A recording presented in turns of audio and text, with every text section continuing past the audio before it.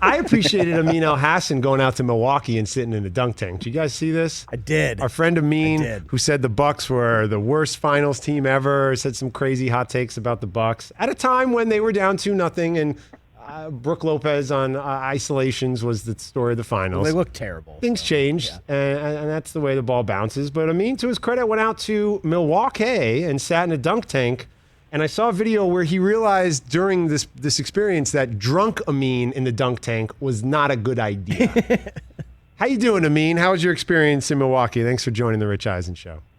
Milwaukee was awesome. What a lovely city, lovely citizenry. But I'm still icing my tailbone because no one told me that when you're in a dunk tank, it's not that deep.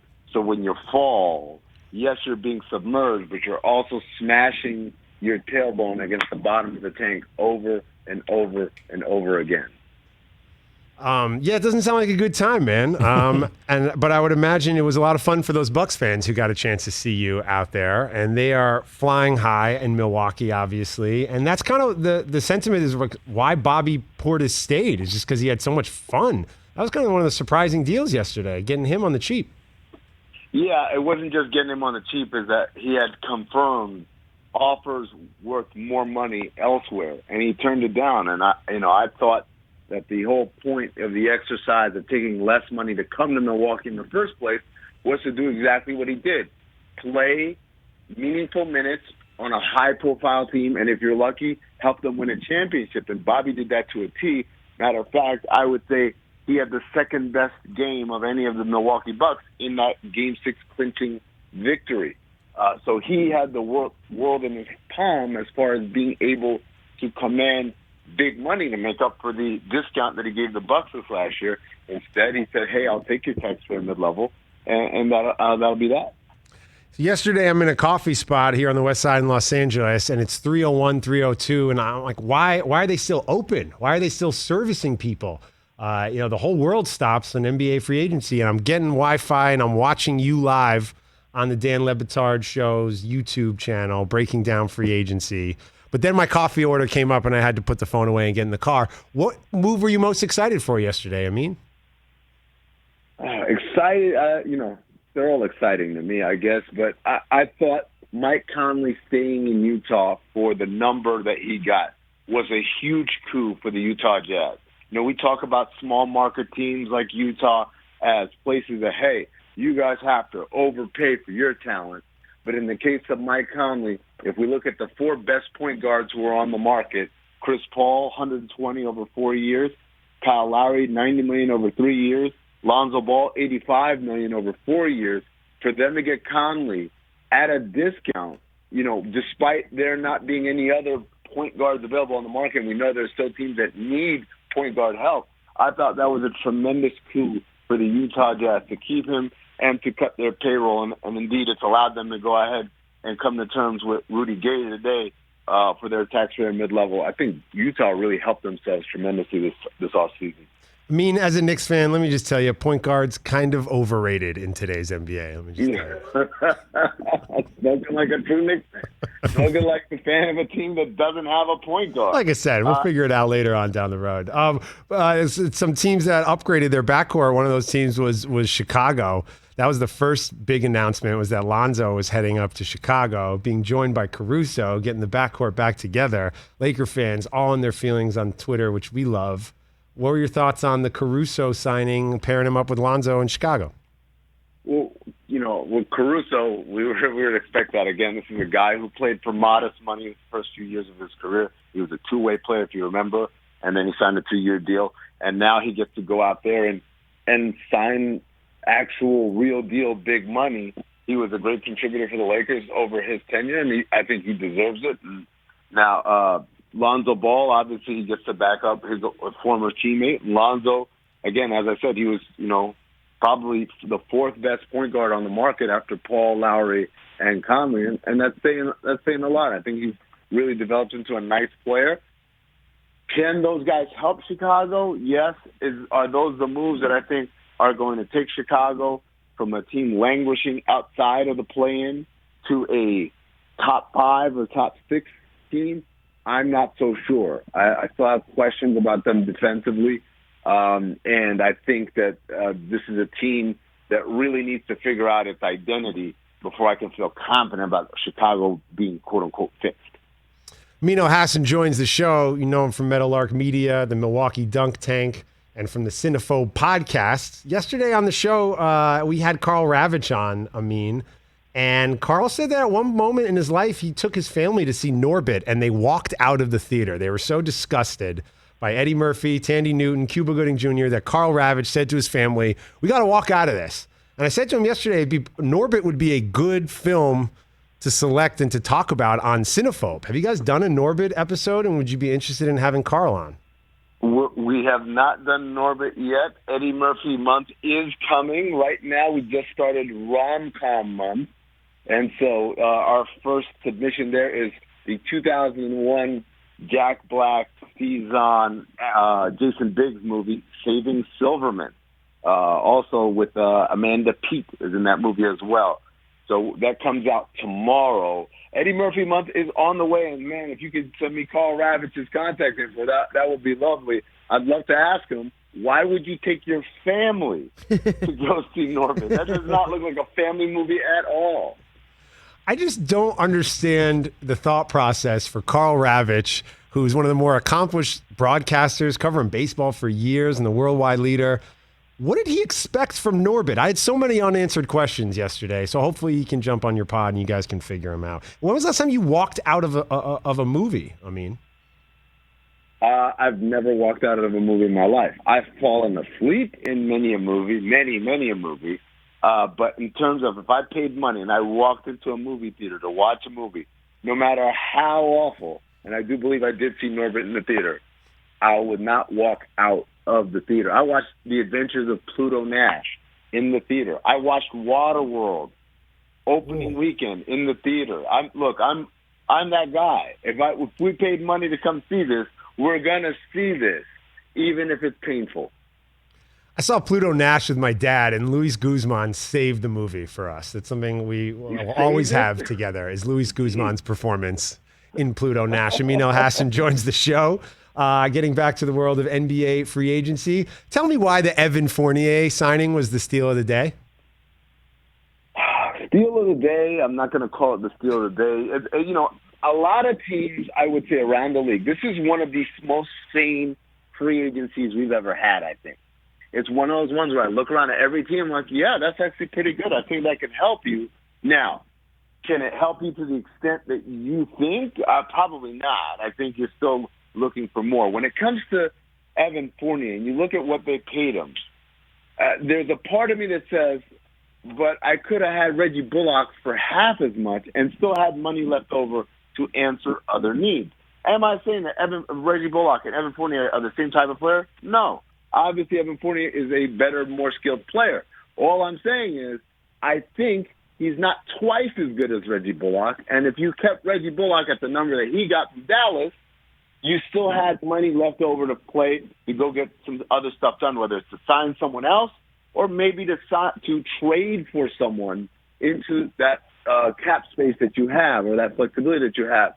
So I wasn't – it's not that Evan Fournier is a bad pickup. It's not even that Evan Fournier is overpaid. I'm just saying that for what the Knicks needed, I think there were more efficient ways to use their money than spending it on Evan Fournier. Well, he just cooked the United States in the Olympics, so I'm all in on Evan Fournier, obviously. Amin, let's talk about my real favorite player, Carmelo Anthony. You think he comes to the Lakers, and did the Lakers do enough to surround their new big three to make a real run in the West?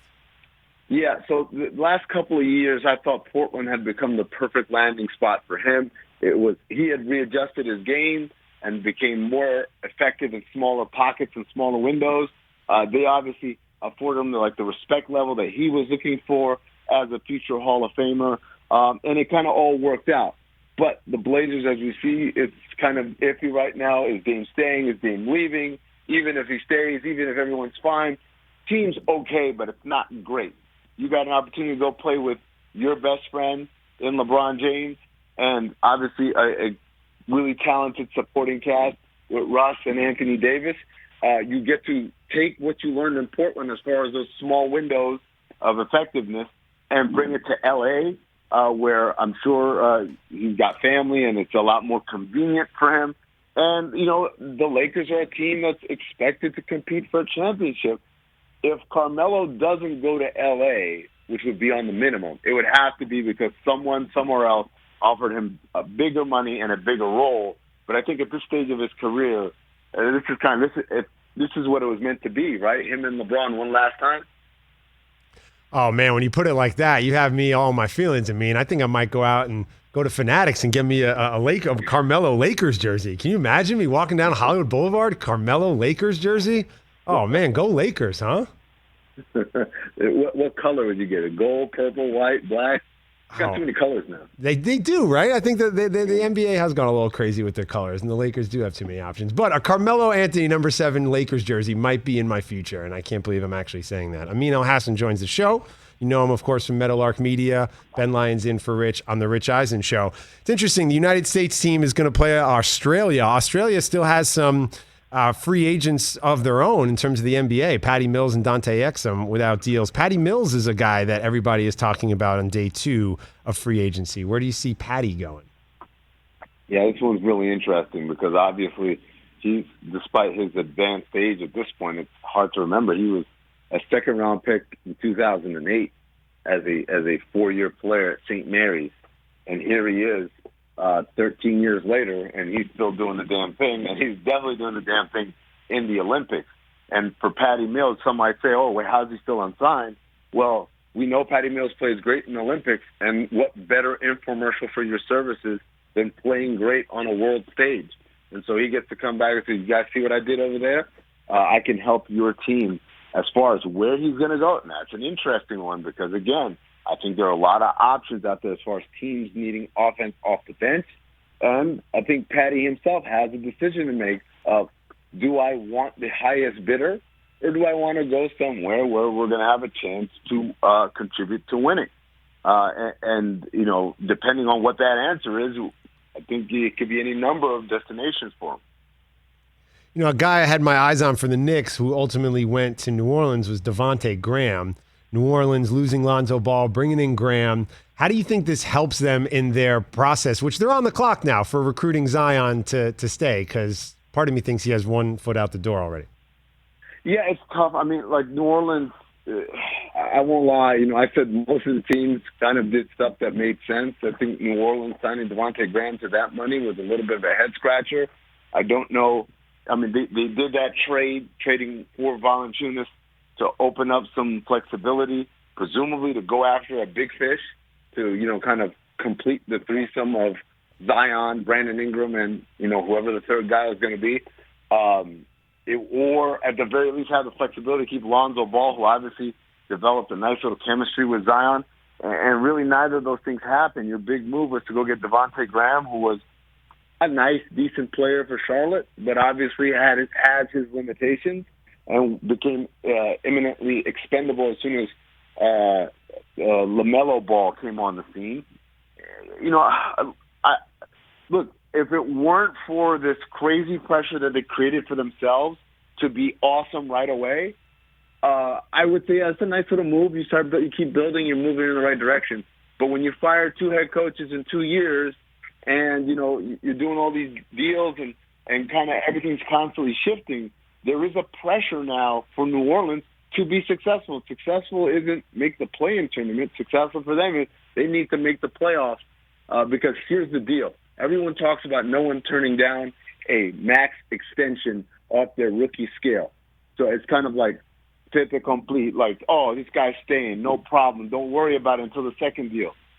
But if you're Zion Williamson and you can get traded before your extension's up, that is a massive, massive chip for him because it allows you to continue to get those supermax designations down the line on your second and third deals if you get traded in the first 4 years of your career. It's the same thing that Kristaps Porzingis went through in New York when he forced his way out before his rookie extension. In the trade that ultimately brought the Knicks Clee Anthony early, Amin Elhassan joins the show. Ben Lyons filling in for Rich on the Rich Eisen Show. And no, I actually, I stand corrected. I'm sorry, Amin. The Knicks traded for way Clay after Anthony early in the Tyson Chandler trade. I apologize. Yeah. I need to be better when I'm on with you, Amin. Dennis Smith Jr. is the deal you're thinking of. Thank you. Yeah. It's so many memories.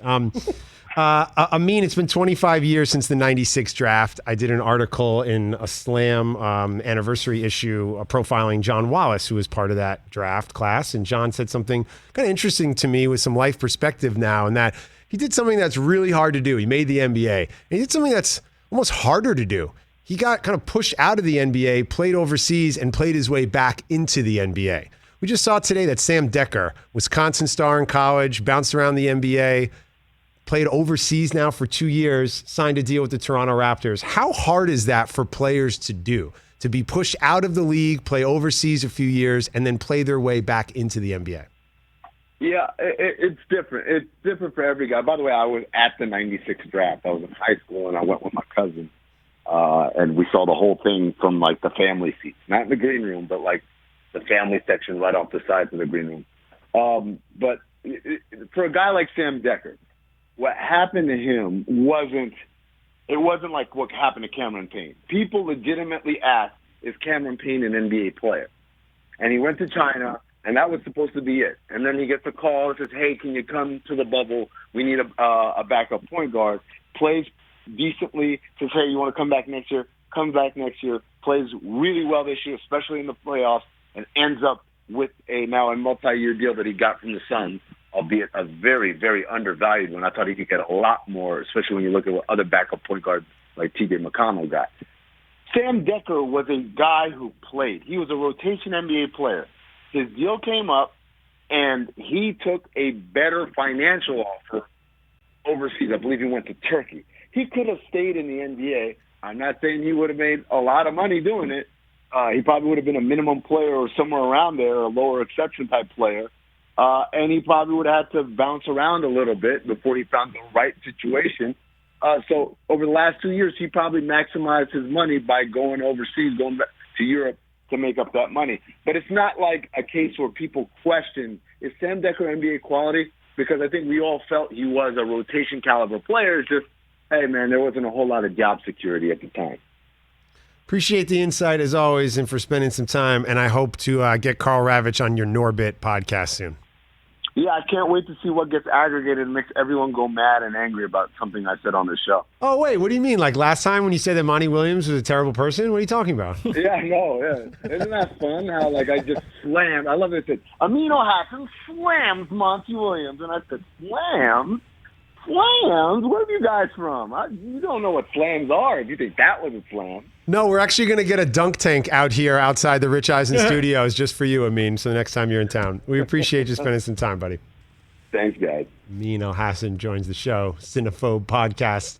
Hey, you watched all the way to the end. Thanks for that. Watch more right here.